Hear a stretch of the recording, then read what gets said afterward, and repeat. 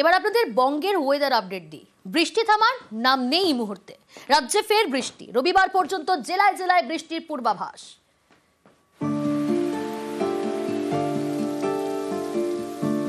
কখনো ঝিরিঝিরি, কখনো ঝমঝমিয়ে সপ্তাহভর বিক্ষিপ্ত বৃষ্টি চলবে রাজ্যে।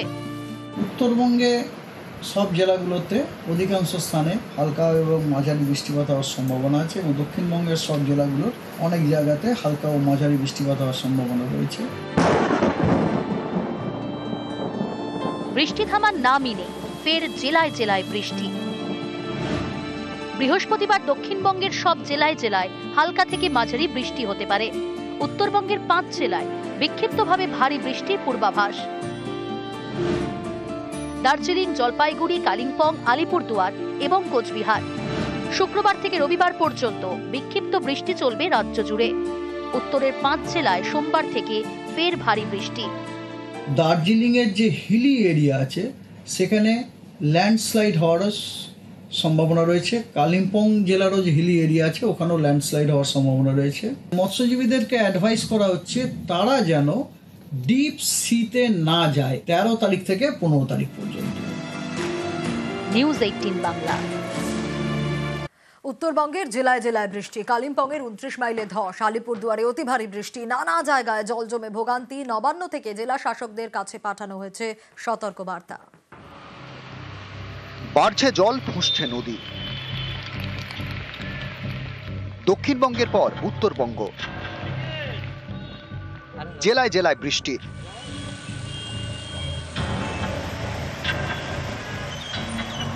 কালিম্পংয়ের 29 মাইলে ধস, রাস্তা বন্ধ। মঙ্গলবার আলিপুরদুয়ারে অতি ভারী বৃষ্টি হয়।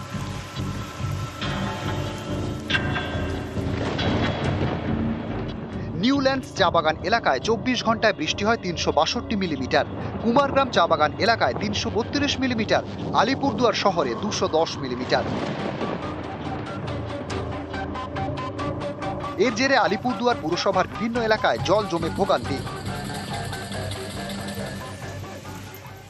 বেন্টুন মনে করেন চাপা হয়ে গেছে গা, হ্যাঁ ওই তার জন্য এই জলটা বাইরেতে বেরোনোর রাস্তা নেই।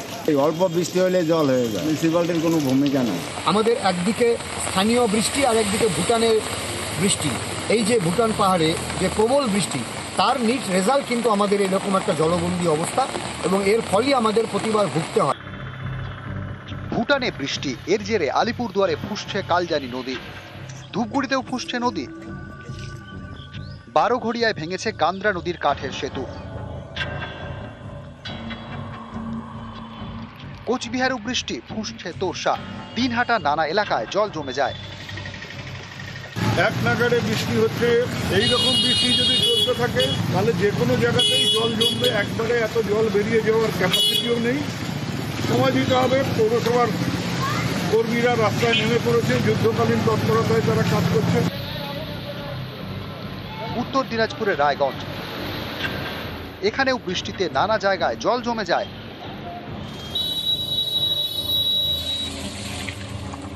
মুর্শিদাবাদের ফারাক্কা, এখানকার রায়পাড়া এবং শিকারপুরে জলে জল।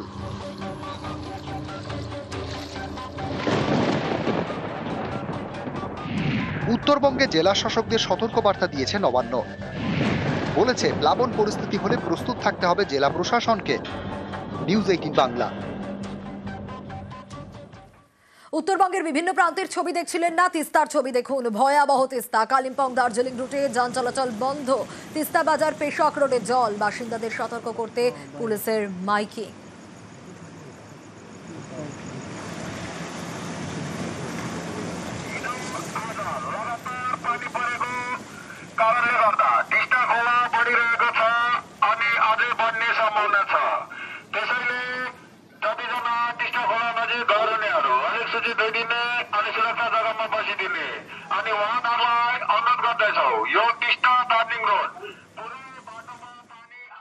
প্রাইম টাইমে বাংলা সিনেমা মাস্ট। হলে বাংলা সিনেমার স্ক্রিন টাইম বাড়লো।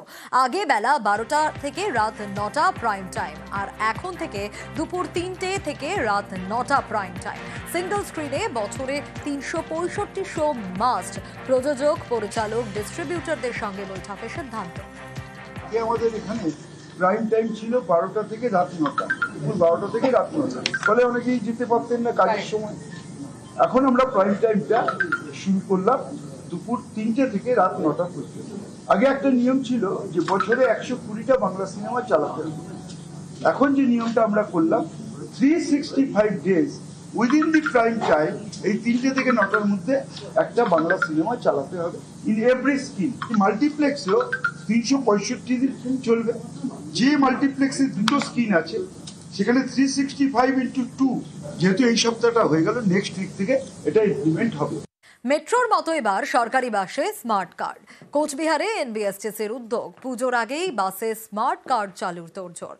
আর জলপাইগুড়িতে সম্প্রীতির সফর, এক বাসে চেপে যাওয়া যাচ্ছে মন্দির, মসজিদ, গির্জায়।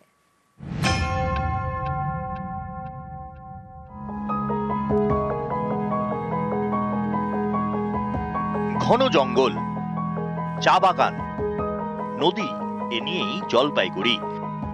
মাঝে মাঝে নীল দিগন্তে উঁকি দেয় কাঞ্চন রেখা। এই জেলা যেমন প্রকৃতির তেমনি সব ধর্মের। জলপাইগুড়িতে রয়েছে মন্দির, মসজিদ, গির্জা। সব ধর্মের মানুষ এক বাসে চেপে এইসব ধর্মীয় জায়গায় যেতে পারবেন। জলপাইগুড়ি জেলা প্রশাসনের উদ্যোগে চালু হয়েছে সম্প্রীতির ভ্রমণ। প্রতি রবিবার বাস ছাড়বে জলপাইগুড়ি শহরের এনবিএসটিসির স্ট্যান্ড থেকে। আমরা সম্প্রতি ভ্রমণের আজকে আমরা শুভ উদ্বোধন করলাম যে জলপাইগুড়ি আছে সর্বধর্ম সম্ভব, এই ফিলিং এর, এই স্পিরিটের উপরে আমরা কাজ করি। আমাদের মন্দির আছে, আমার মাজার আছে, চার্চ আছে, মনেস্ট্রি আছে, সবাইকে নিয়ে আমরা একটা সার্কিট করেছি। নেক্সট উইক থেকে it will be open for general public, tourist and communal harmony. আমাদের ব্যবসায়ীদের বিশেষ করে উপকার হবে। আমাদের থেকে জিনিস কিনবে, মোম ধূপকাঠি কিনবে, মন্দিরে মন্দিরে দেবে, ভোগ দেবে, প্রসাদ দেবে, মালা দেবে। যারা আসতে পারে না, মন্দিরের চেনে না, তারা যেতে পারছে একসাথে সকলে মিলে।